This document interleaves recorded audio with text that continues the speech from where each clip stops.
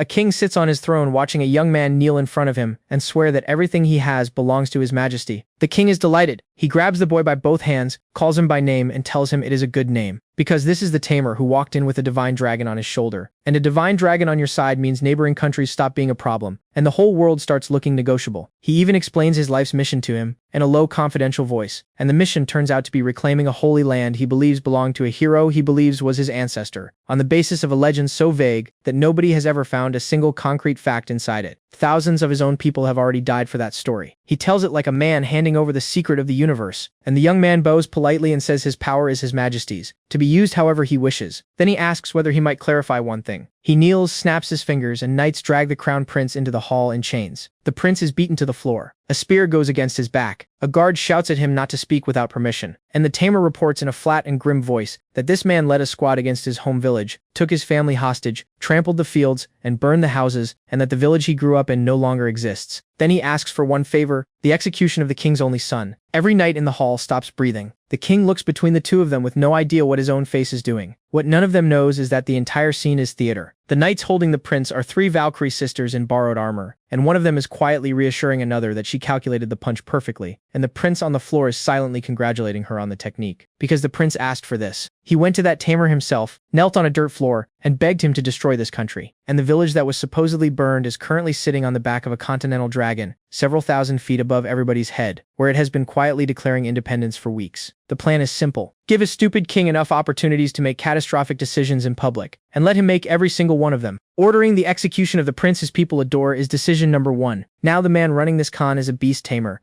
His name is Levin Aquis. He is barely older than the boy he is framing, and about 2 years ago this same king looked at him, laughed, and threw him out of the kingdom for life. Because at his calling ceremony he summoned an egg the size of a fist, and when it hatched, a small white lizard came out of it. The court called it garbage. The head tamer, the highest authority on sacred beasts in the country, examined it professionally and confirmed it was an ordinary lizard. It was a divine dragon, the last royal bloodline of a race everybody assumed had been extinct for 1,000 years. Nobody in that room could tell the difference, so they took his career, his home, his rank, and the girl he grew up with, and put him in a cart headed for the border with the clothes he was wearing, which is how a country loses everything, and does it politely over the course of one afternoon. That throne room is where this ends up. Hold it there for a while, because to understand how an exile with one lizard ends up holding a flying continent, a griffin, 3 Valkyries, a crimson lion, a runaway dark knight, and a crown prince, we have to go back to the beginning, back to a town hall, and a priest, and 2 16-year-olds waiting to hear what the goddess decided to give them. So, from the beginning, it starts in a town hall where the priest says a joyful time has arrived, because children who reach 16 years of age receive their divine calling from the goddess. Whoever hears their name steps forward. He calls Levin Aquis, and our boy walks up there privately begging the goddess to hand him and Arya a good calling. He goes to the center of the hall and kneels, and the priest says the divine stars their goddess should now reveal his ability to them. They start discussing what they are looking at, and one of them runs over and tells him he is a beast tamer,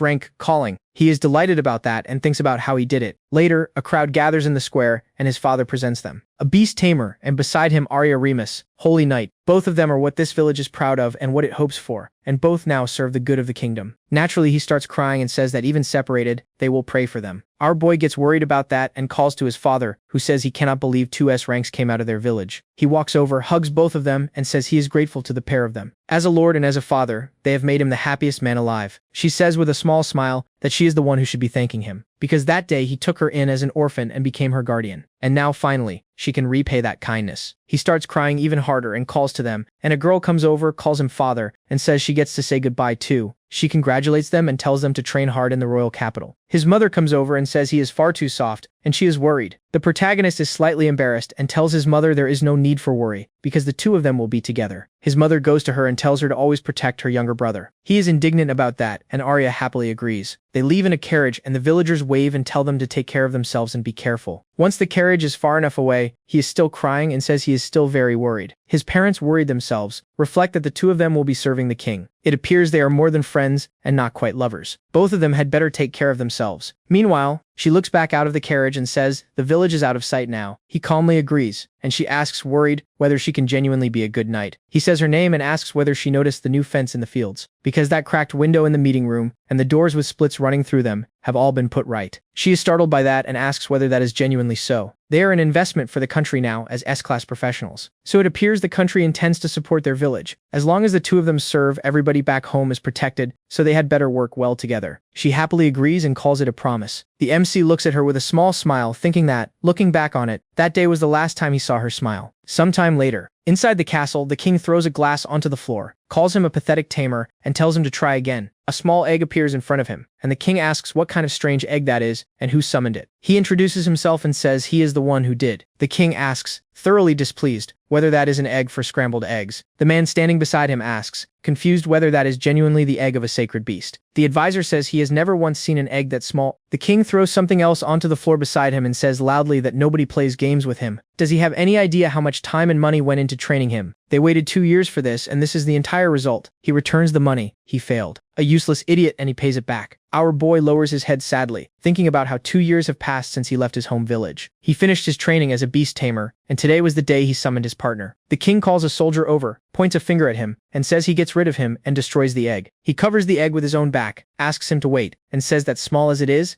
sacred, and there is life inside it. He looks at him with visible displeasure, and asks whether he genuinely thinks a sacred beast comes out of that garbage. He orders it destroyed again, and the soldier genuinely does not want to do it. At the king's scream, he swings anyway, and the sword lands in Levin's back, and Levin says it is not garbage. The soldier, worried, calls him a fool and asks why he is protecting the thing. What the king does not know is what has actually been sitting in front of him this whole time, because bright energy starts pouring out of both eggs, blinding him. He shouts, asking what is happening. An enormous griffin hatches in front of the one holding the large egg and immediately makes an enormous noise. Every person present is astonished to see a real griffin and says loudly that His Majesty should look at that. The boy says it is a sacred beast. A small lizard hatches out of his egg, and he looks at it, delighted. He starts petting that lizard, and the people around him start laughing at him, and the king asks whether this is also a sacred beast. They say no, and that however anybody looks at it, that is an ordinary lizard. The soldier points a sword at him. He puts his beast away immediately, and the king, displeased, asks the beast expert whether this is genuinely a sacred beast. He says no, and that it is simply a lizard. He asks, displeased, whether his money went into a stupid lizard. He points a sword, laughs, and says that is enough, and the man leaves this kingdom. There is no place for him here, and he does not show his face here again. He orders the soldiers to throw him out, and the protagonist asks them, worried, not to do this, and says he will raise the creature properly. He is deeply worried about the promise he made to Arya about their village, and the king pays no attention to any of it. The king calls Argus over and says that griffin of his is magnificent. He says joyfully that he is grateful for the words, and it will serve him faithfully and truly. The king says with a small smile that he expects a great deal from it. Then Argus slyly calls to His Majesty and says he would like to talk about Lady Arya. Our boy is startled by that and wonders why she is being brought up at all. The king remembers it and says he officially approves of their union. He thanks His Highness, turns around and watches with a sly grin as several soldiers take Levin away. He is shocked by what just happened, looks at the closed door, and wonders what that meant. And just like that, it is over. He has lost everything. Later, he is taken out of the castle in a cart, thinking that he is now on the outskirts of the kingdom, and he really has been exiled. 2 years of grueling training, and at the end of it he lost his service, his home village, and the person he loved. In the end, all that is left is a lizard. What is he supposed to do now? The lizard crawls onto him, claps a palm, and makes assorted noises. He looks at it and asks whether it is hungry. It is fine. He protects it. Later the cart stops. A soldier hands him a sack, asks him to take it, and says this is all he can do for him. He bows to him and says sadly that even so, he asks him to take care of himself. Sadly, he leaves and waves at him with a small smile. Later the MC reflects that the next 3 days went into walking through the forest. His partner, the lizard Elfie, runs ahead as though breaking trail for him. When night falls, they hide in a cave, and he lights a fire and cooks. The lizard comes over and starts making noises, which makes him turn around and ask, worried, what it is. The lizard has brought a small object, which surprises him, and he decides it makes a clear broth. He cooks it and says happily that it is time the two of them ate. He starts cutting the food and says it fried well. Good that they managed to get out of the rain. Thanks to it, they found this cave. He gives the lizard some food and asks how it likes it. He was already worried it would not eat insects. It has to grow big. He takes things out of the bag, thinking that with the soldiers' supplies they can get out of this forest, and there's something else in there. He looks at the map and asks what they do once they are out, because beyond it lies the kingdom of Cronia. He wonders how his family is doing back in the village. He would like to go back and he cannot. The sin of failure is far too heavy, so he carries it with him instead. He wonders whether that means the promise he made to Arya never comes true, after which he sits down against the wall and falls asleep.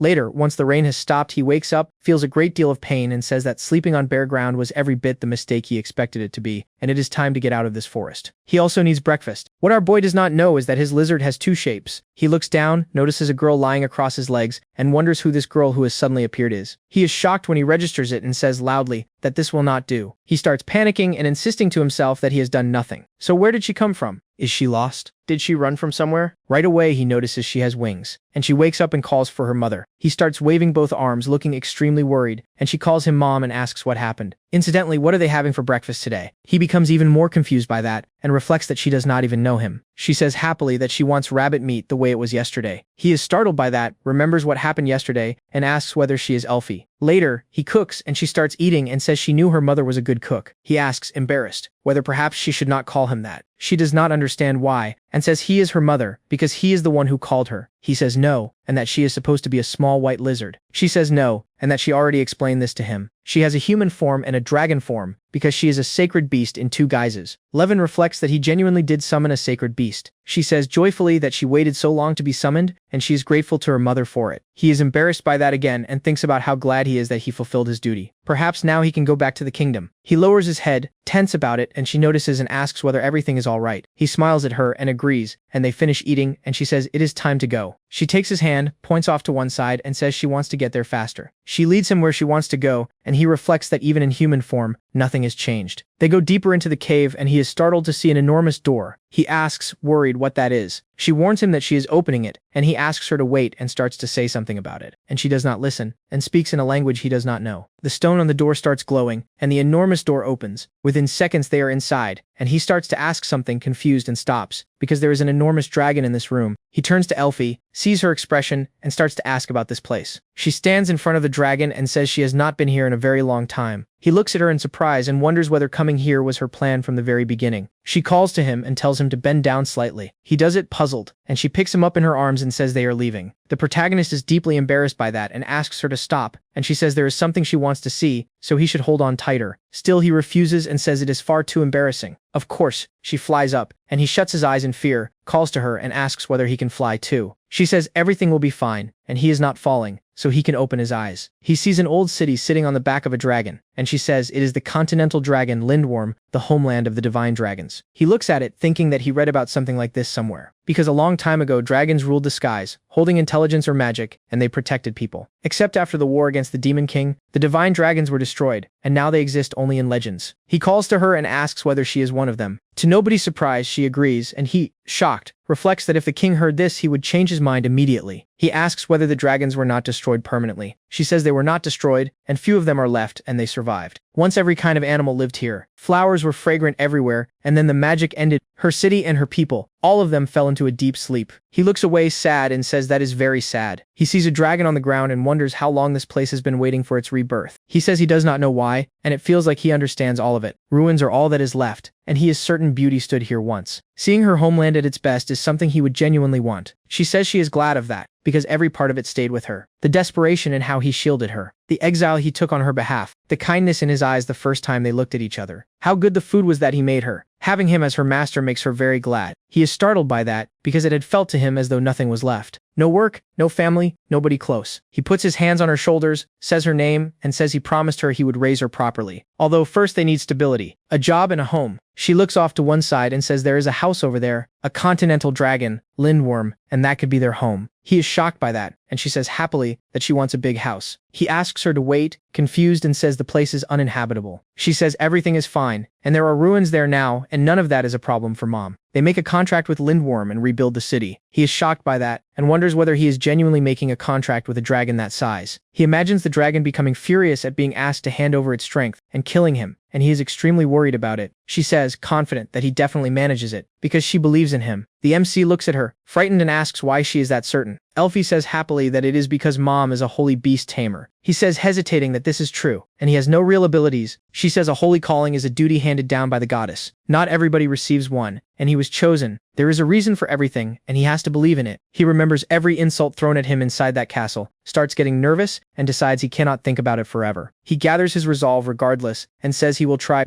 He reflects that if she believes in him, then he had better believe as well. They come to the enormous dragon. He is very frightened, thinking about strengthening the bond between animals and people. A contract, 2 years of training gave him a picture of how this is supposed to work. Good food, for instance, a hand on the head, or breaking something down through force and through fear. Except would any of that work on this dragon? She calls him mom and nods with a smile to give him confidence, and he is still nervous. He shuts his eyes, thinking that he is still a long way from being a real beast tamer. He is not certain he can even form a contract, except he promised to build her a big house and promised to raise her. So giving up is not available. Luckily, he gathers his courage and says the word contract out loud. The barrier around the dragon is destroyed, and the enormous dragon starts to move, with Elfie staring at it. It opens its eyes, calls her princess, and says it has been waiting for her return. She happily says the name Lindworm, and says she is home now. Levin, still blinded by the barrier coming apart, opens his eyes and is badly frightened by the dragon in front of him. She calls him mother, and congratulates him on making the contract. It leans toward him, calls him master, and says it was dormant and understood everything regardless. He is a holy beast tamer,